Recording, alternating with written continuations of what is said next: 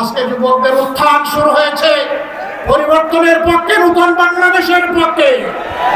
মা বোনদের উত্থান শুরু হয়েছে পরিবর্তন এবং নতুন বাংলাদেশের পক্ষে।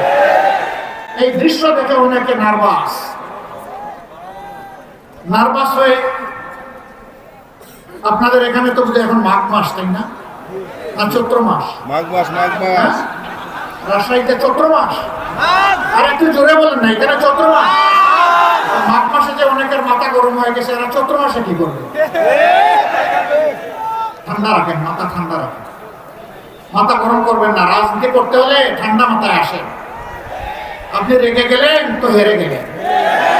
হ্যাঁ, এটাই হেরে যাওয়ার পূর্বাভাস। শুরু হয়ে গেছে অলরেডি।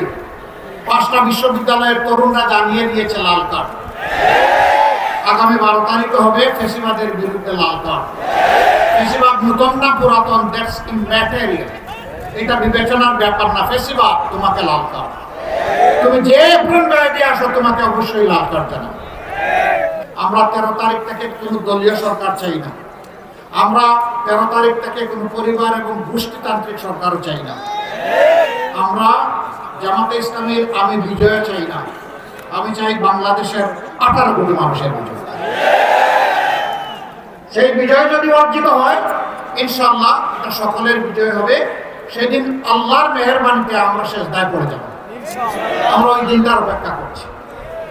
আপনারা এখন থেকে দোয়া করতে থাকেন, কোন কালো চিল আসমান থেকে এসে ছু মেরে যেন আমাদের স্বপ্নকে এলোমেলো করে দিতে না পারে। এখন থেকে পাহারা বসাবেন।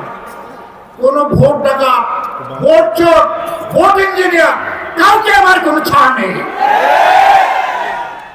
সিনা মজবুত করে, হাত শক্ত করে আমাদেরকে দাঁড়াই যেতে হবে এবং আমরা ইনশাল্লাহ পারবো। ইনশাল্লাহ আমাদেরকে পারতে হবে, না হয় বাংলাদেশ হেরে যাবে। সেই সুষ্ঠু ভোট নিশ্চিত করার জন্য এখন থেকে আপনারা পাহারা বসাবেন ইনশাআল্লাহ।